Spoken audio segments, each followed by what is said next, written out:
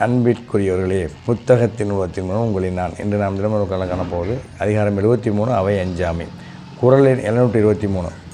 பகைத்து சாவார் எளியர் அரியர் அவையகத்து அஞ்சாதவர்.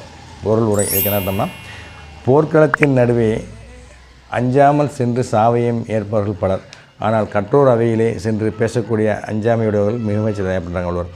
அதாவது அறிவுமிக்க ஆசன்கள் இந்த அவையில் சென்று பேசுறதுக்கு ஆர்வப்படுறவங்க மிக குறைவாக பண்ணுறாங்க வள்ளுவர். பொன்மொழி. அறிவு உயர உயர அடக்கம் உயர வேண்டும். அடக்கம் அறிவின் மிகுதியை தெரிவிக்கின்ற ஒரு அடையாளம் அப்படிங்க. வாரியாருங்கிற பெரியவங்க. இன்று வாசியுங்கள் நாளை வளர்த்துங்கள், இன்று வாசியுங்கள் நாளை வளர்த்துங்கள் அப்படின்னு கேட்டாக்க, வாசிப்பு உங்களை வாழ்வில் வளமடை செய்யும், நலமடை செய்யும், சிந்தனைத்திறன் கூடும், கற்பனைத்திறன் அதிகரிக்கும். வாழ்க்கையில் நீங்கள் என்ன அடைய வேண்டும் நினைக்கின்றீர்களோ அனைத்தையுமே அடையலாம். ஆகவே வாசிப்பை கை கொடுங்கள் நண்பர்களே, அன்பர்களே. இன்று வாசியுங்கள் நான் எடுத்துக்கணும்னு கேட்டிருக்கேன். இன்னொரு பொன்மை சொல்கிறேன். Flattery is jugular and no கின் அண்ட் டு சின்சியாரிட்டி அப்படின்னு ப்ரௌனிங் சொல்கிறாங்க. அதாவது புகழ்ச்சிங்கிறது வெறும் வார்த்தை தான், உண்மைக்கு அதுக்கு சம்மந்தம் இல்லை அப்படின்றாங்க.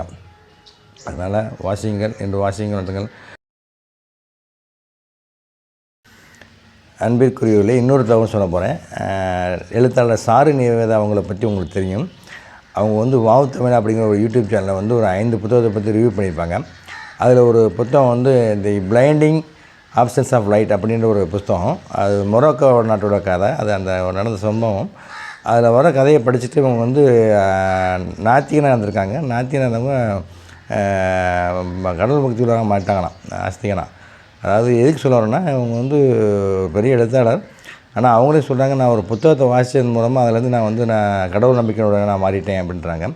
அதனால் வாசிப்பு உங்களை என்ன வேணால் செய்யும்.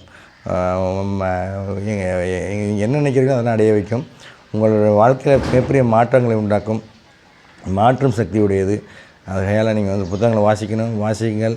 பாம்பன் கிளையத்துக்கு வாசியுங்கள். நூலகங்கள் எங்கெல்லாம் நூலகங்கள்லாம் சென்று வாசியுங்கள். இன்று வாசியுங்கள் நாளை வளர்ந்துங்க அப்படின்னு கேட்டுக்கொண்டு முடிச்சுக்கிறேன். நன்றி, வணக்கம், வாழ்க வளமுடன்.